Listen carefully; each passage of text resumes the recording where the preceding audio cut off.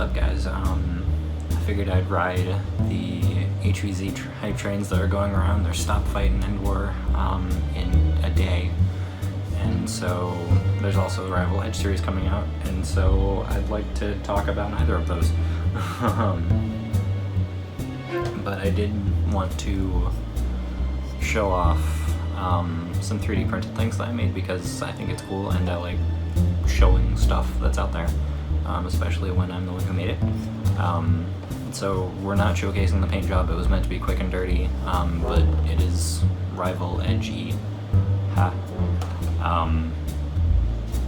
So basically it's just a skull front muzzle piece with a bone T-hole and a grip or a trigger. I don't know if that'll actually get caught up. I'll be throwing you at the Thingiverse link directly in a bit, but it's meant to say not today because it's a play on a quote from Game of Thrones, but I need to replace where the words on the trigger are because as it stands right now it just says not Todd, which is kind of sad.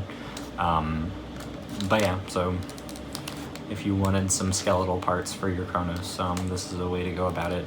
The paint job, if you're curious, is soap mask, but only drizzling down, so that way you get a blood drip effect, because this was meant to look like you...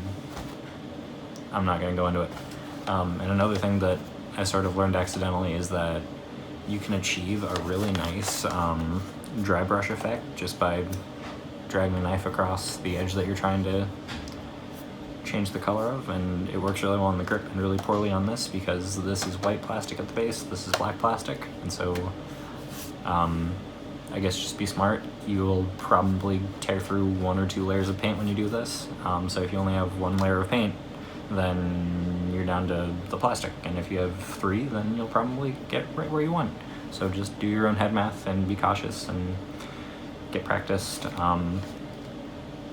I'm not claiming that this is a good paint job at any rate. I do like the ideas of it, it just needs to be done a lot better. So let's bring you over to the thing. Okay, so now we are going to be looking at the actual file set. So I've got screen recording going on. Here's the link to the Thingiverse page, and I'll provide a link in the description. So here we go, we have just the skull itself, and I'm not claiming to be good at CAD. This is just Tinkercad and shoving shapes together until something worked. Getting the supports out of here was a nightmare. And I may extend the cylinder up a lot all the way through the skull just so there's less, like I think I did this just so there was less barrel drag, but ultimately, like, it's Rival. I only ever meant it to be stock, and obviously if you want to update this you can, but yeah, so this piece, and I may also edit a bit out of the jaw because as it stands the shell wants to close over that, and that's not good.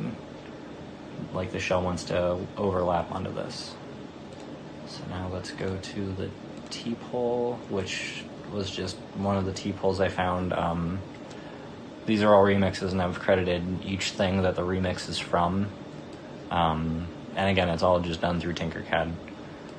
So just T-bone with a bone, and I stretched the bone until it worked.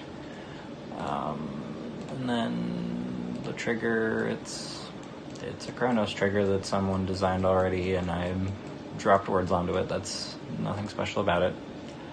So yeah, here it is. It's meant to look like you dug a Kronos out of the grave, and I don't know. It's what I thought would look cool, and yeah, I made a lot of really poor decisions with this paint job, but oh well, it will suit my needs just fine, so that's what matters. Thank you for watching. Have fun at whatever HVZ event you're going to for my 25 subscribers. Hi, Mom. So yeah, thank you guys for watching. Have fun nerfing wherever you nerf this weekend.